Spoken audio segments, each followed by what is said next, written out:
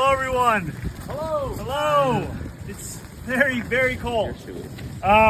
So my name is Zohran Mamdani. I am the assembly member for the district north of here for parts of Long Island City and Astoria. And I first want to ask if we can all give a round of applause for Steph and for the campaign team for putting us together. So today is very cold. Today is also generally very early in the campaign season. And so you're going to hear from a lot of people who might say things like they didn't even know there was an election. They didn't even know who Claire is. They don't know anything about this race. And I just want to say that this is the perfect time for us to plant the seeds of this campaign. Because you having difficult conversations today, you coming away from a lot of conversations where people are left as three, as undecideds, it means that when people come back for petitioning, when people come back for what we call persuasion, they will be able to count on the history of that interaction to get that voter much closer to actually voting for Claire. And we know, in the assembly there are 150 assembly members. I'm one of them. In the Senate there's 63. But we know that politics isn't just a numbers game. Politics is also an organizing game. And we know that when we elect Claire, we don't just get one more socialist in Albany, we get another organizer in Albany.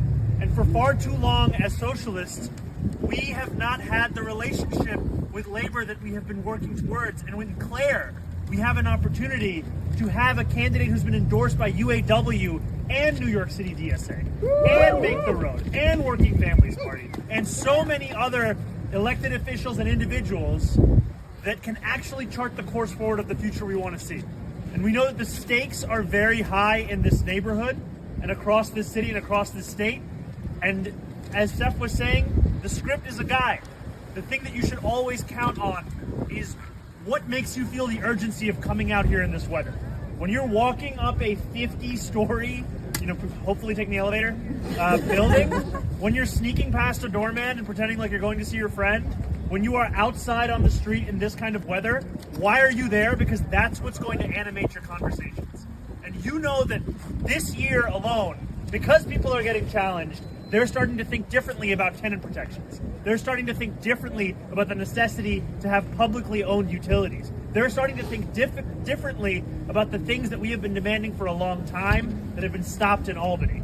And just this existence of this campaign is creating that. Imagine what we could do if Claire and so many others like Ian and Jonathan, if we had them in Albany.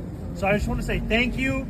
I want to say that you are going to have the experience that will be the foundation of this campaign, and that I can't wait to see you at all of the canvassing events we're going to have for the many months before we get to Election Day, which I was going to say is June 23rd, but it might be June 25th, but we'll figure out which day it is. June 25th. Okay, there we go. All right, thank you all so much. Let's go knock some doors, talk to some strangers.